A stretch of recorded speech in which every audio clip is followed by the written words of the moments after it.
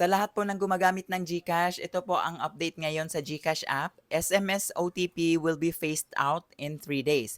Ibig sabihin po, yung mga one-time pin po na sinesend ni GCash sa atin every time na meron tayong mga transactions, ay hindi na po gagana yan. Ibig sabihin, hindi na tayo makakatanggap ng OTP sa ating mga phone numbers. Pero may advice si GCash dyan na kailangan i-turn on ang in-app OTP or yung one-time pin. Ayan.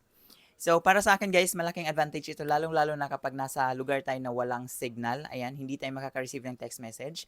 Mas maganda na rin yon kasi makaka-receive pa rin tayo ng one-time pin kapag naka-turn on ang in-app OTP.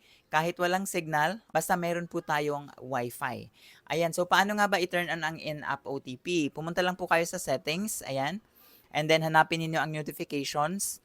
And then under notification, hanapin niyo ang GCash app and make sure set yan sa banners, sounds, or badges para magpa-pop up sa screen ninyo ang one-time pin. Okay? And sa notifications, dapat naka-allow po yan.